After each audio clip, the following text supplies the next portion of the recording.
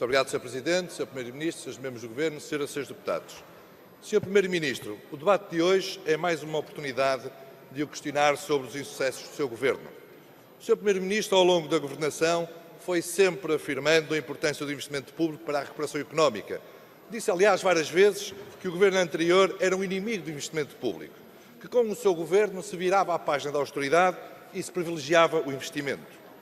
A poucos meses das eleições, olhemos então para o seu desempenho nesta matéria, nomeadamente no que respeita ao investimento da exclusiva responsabilidade da Administração Central, sem contar com o investimento autárquico ou dos governos regionais.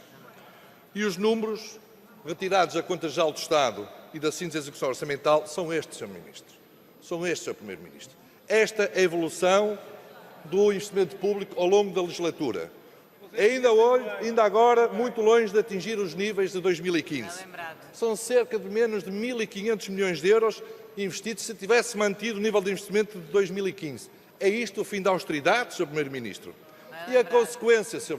Primeiro-Ministro, é aquela que os portugueses sentem com a degradação de inúmeros serviços públicos de norte a sul do país. E, Sr. Primeiro-Ministro, que dizer do investimento na saúde? Os senhores que deixaram dívidas monstruosas nos hospitais que o Governo anterior teve que pagar e que enchem a boca com a necessidade de investir no SNS, o que fizeram? Falaram muito, falaram mesmo muito, mas a realidade é esta. Aqui está, Sr. Primeiro-Ministro, aquilo que é o investimento em saúde. São menos 16,3% que em 2015. Esta é a realidade dos números, Sr. Ministro. E qual é a consequência disto? É aquela que todos os portugueses sentem quando vão às farmácias e lhes dizem que não há medicamentos. São as consequências das famílias portuguesas que vão para a fila do guichê retirar a senha de espera nos centros de saúde, nos hospitais, para esperar dias e dias, semanas e meses por consultas e por cirurgia.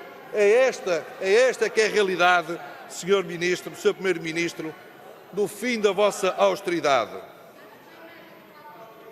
E que dizer, Sr. Primeiro-Ministro, do que se passa na educação?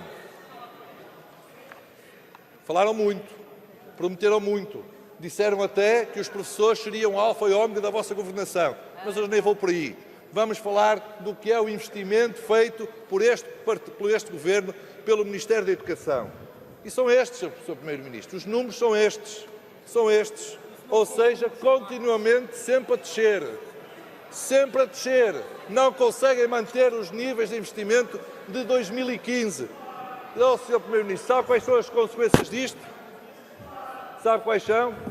As consequências disso são aquilo que os portugueses sentem, as famílias sentem, quando vão às escolas falar com os diretores de turma e estes lhes dizem que estão desmotivados, que são abandonados e insultados pelo Governo diariamente.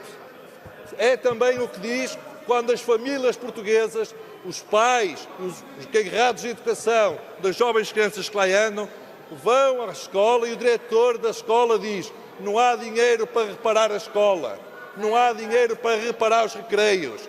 Pais, não há funcionários suficientes para responder aos desafios. É este o legado. Mas isto, Sr. Primeiro-Ministro, eu percebo que são consequências que a maior parte dos senhores não conhece, porque não vão à escola pública, porque não têm lá os vossos filhos.